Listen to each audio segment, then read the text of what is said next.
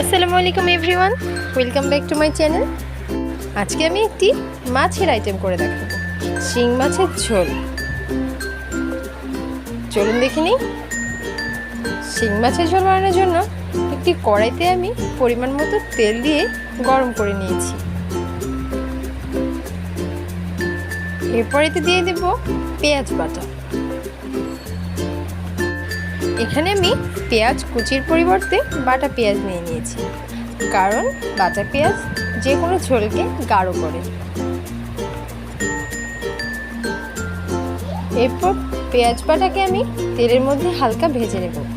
হালকা ভেজে নেওয়া হয়ে গেলে দিয়ে দেব আদা রসুন বাটা। এরপর আদা রসুন বাটা এবং পেঁয়াজকে আবারও ভালোভাবে ভেজে নেব।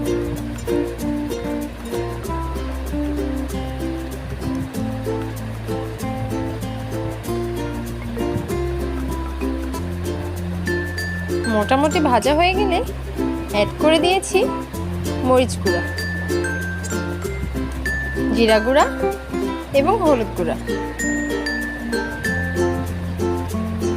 এরপর সবগুলো মশলাকে একবার ভালোভাবে মিশিয়ে নিন।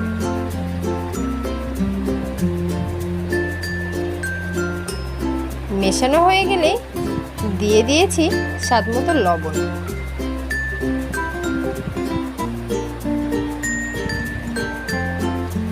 এরপর আবারও ভালোভাবে মিশিয়ে নিয়েছি। কষানোর সুবিধার্থে এখানে আমি সামান্য পানি অ্যাড করে দিয়েছি, যাতে মশলাটি পুড়ে না যায়। এরপর ভালোভাবে নেড়ে চেড়ে আবারও কষিয়ে নিব কিছুটা সময়। একটু সময় নিয়ে মশলাগুলো কষাতে হবে, যাতে মশলার মধ্যে কোনো কাঁচা গন্ধ না থাকে। দেখতেই পাচ্ছেন আমার মশলা থেকে তেল ছেড়ে এসেছে, মশলাগুলো কষানো হয়ে গেছে। এ পর্যায়ে দিয়ে দেব আগে থেকে কেটে পরিষ্কার করে ধুয়ে রাখা শিং মাছ। নেক্সট কোনো ভিডিওতে শিং মাছ কীভাবে পরিষ্কার এবং কাটতে হয় তার ভিডিও দিয়ে দেব।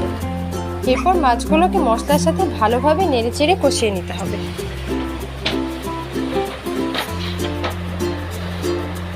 মাছগুলোকেও আমি একটু সময় নিয়ে উল্টে পাল্টে কষিয়ে নিয়েছি।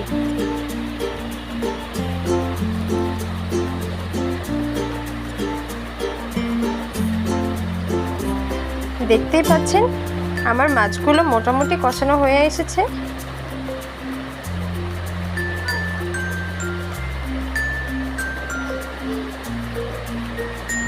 এ পর্যায়ে আমি দিয়ে দিয়েছি পরিমাণ মতো পানি।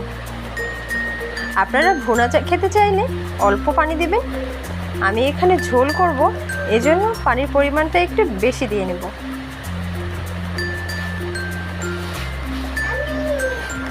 পরিমাণ মতো পানি দিয়ে ঢেকে দিয়েছি 5 মিনিটের জন্য। 5 মিনিট পর দেখতেই পাচ্ছেন ঝোলে বলক চলে এসেছে। এ পর্যায়ে দিয়ে দিয়েছি ধনেপাতা কুচি।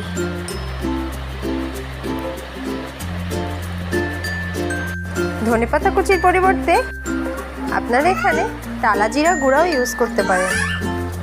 ঢেকে দিয়েছি 5 মিনিটের জন্য, একদমই লো আছে। দেখতেই পাচ্ছেন আমার রান্না মোটামুটি হয়ে এসেছে।